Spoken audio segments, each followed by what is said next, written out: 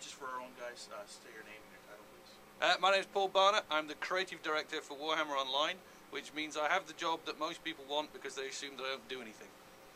So, what do you actually do? Oh, what do I actually do?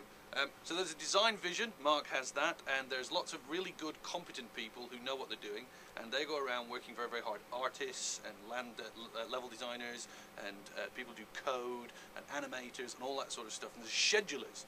These schedulers, they're called DDs, development directors. Basically, your dad go around and tell you off. And all that, and make these games so complicated and so long that you work this close to them, and you can't really take a big vision look. And you become obsessed on the very small piece you're doing, and you turn up for work going, oh, here we go again, another day of the 4 years of my life that I'll be working. My job is to sort of sit in the back playing in a ball pit, swimming around, drawing on whiteboards, going, hey, I've had a great idea, we should have exploding chickens. And then I wander around saying, aren't exploding chickens great? And I also have to use my imagination, because as these games get built, you see tiny bits of them, and they're not textured, the animation isn't in, they're not calling the right effect, and people can look at it and go, oh, it's not very exciting, is it? My job is to be exciting. My job is to use my imagination and go, actually, I can see where we're going, I know where we're trying to get, that's great. And I wander around all the time, looking at every element of the game that I can get my grubby little hands and my video phone on, and so in my head, I've already taken the concept art done by the concept artist, and I've already put it on a model, and I've already animated it the way Jeremy's shown me while he's holding a walking stick, and I've already talked to the coders who are promising me that they can have some sort of Michael Bay cam. So when I see the little cube bouncing around with, you know, the frames per second going, in my head, it actually is the Chaos Chosen, and so I enthuse, and I go around saying it's going to be great, it's going to be marvellous, and so that's it. I have to sort of take a long distance whole look on it, imagining what the sculpture is going to be like way before people have hacked it out of the quarry, which is, you know, difficult. I also have to relentlessly front the game and tell you all about the stuff that we're never allowed to show people. That's the stuff we're most interested in. So am I. Well, let's talk about the big picture before we get to the details. You guys seem to be in the home stretch with this game. Where is the game at right now in terms of development? It's in that wonderful baking period. Making a game is like messing around in a kitchen with and the kitchen we're in, the EA kitchen, which is much bigger than the kitchen we used to be in, and has an awful lot more toys, and has a boundless amount of food, and we're able to do loads of really crazy things. And so you end up messing around, you go, maybe we should have some of that, maybe we should bake this, cook this. It gets to a point where you have to kill it, cook it, and eat it. And that's difficult. You have to bake the game. And all the great ideas that you had when you started slowly start coming to fruition, and the market moves and mutates, and you have to have faith and courage you had the right idea. And then, once you've got that bit, which is the bit we're more or less up to, you then have to give it time.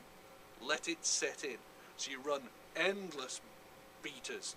You take lots of feedback. You have to balance the feedback correctly between what you want the vision to be and what people are asking for. And right now I'd say we were in the make it better, finish it off, make it better. Are we really there?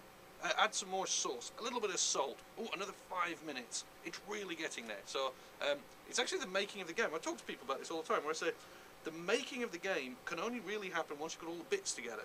Once you can start increasing numbers and changing special effects and cooldown timers and how people transport and the time distance, then the actual game gets put together. So all the other times you've been dealing with functionality.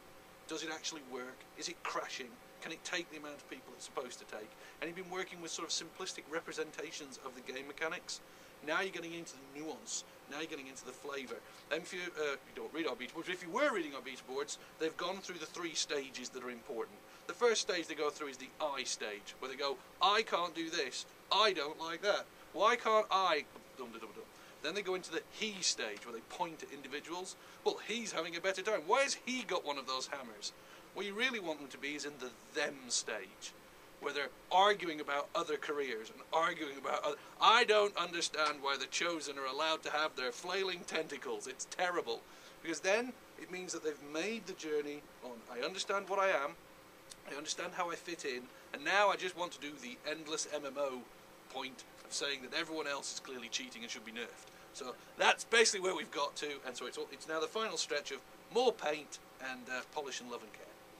During the course of the project, you guys were acquired by EA. I wonder how that's changed the overall direction of Warhammer Online. Well, we now have 3 walls made out of solid gold. and no one is allowed to get married anymore. And these pygmies turn up carrying chests on their head full of diamonds every week. And then the EA guys turn up and they just sit next to you and breathe.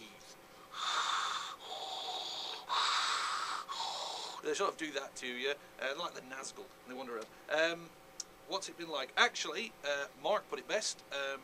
Logo's changed on our business card, and they've allowed us to do things that they sort of haven't got EA bad press when they're not paying attention to them. They've been very nice, they've been very empowering, and they've got an awful lot of money and patience. And so they basically went, you know what, guys? We think you can make an awesome game. Have more resource, and we'll back you. They've backed Mark, they've backed our studio. They've allowed us to do things that we were never going to be able to do as an independent studio. We've got our voice recording, the orchestra music, just the amount of access to resources, to engines, to other people in EA who just come and give us help and advice. I mean, it's been absolutely tremendous and not terrible. I guess all we need to do now is release the game, be ultra successful, and make a ton of money and have millions of successful subscribers. I guess if we do that, we'll be fine. Weren't they encouraging in terms of adapting some of the RVR stuff you guys used in Dark Age of Camelot? Oh yeah, well they were. That's a good point. My God, you've been paying attention today. Well done. When we were first making a game, we were an independent studio. We were always looking at what's the next project, how are you going to survive, how are you going to move. And so one of the ideas was to protect the basic franchise of Dark Age of Camelot, which has some really interesting RVR, probably the best player versus player experience on servers that you can get. And so they sort of internally Mythic had ring-fenced some of that and said, don't use any of those ideas. And that's really tough because, 10 years of figuring it out and then not being able to use a solution is very irritating. What EA did is they basically said, no, you're fine, don't worry, everything's good, don't worry about that. And they gave us confidence to go back and revisit it and look at some of the solutions, the Lorenzo's oils that we already have from Dark Age, and go, you know what, we know that these ideas work. We know these ideas are great. How can we take the best bits of them and how can we migrate them into Warhammer so that everyone gets the best of all worlds? All that experience and vantage. So things like the enormous keeps, siege weaponry that's arriving in Warhammer are direct descendants, evolutionary steps forward from Dark Age's great groundwork. So yeah, that's true. EA responsible for helping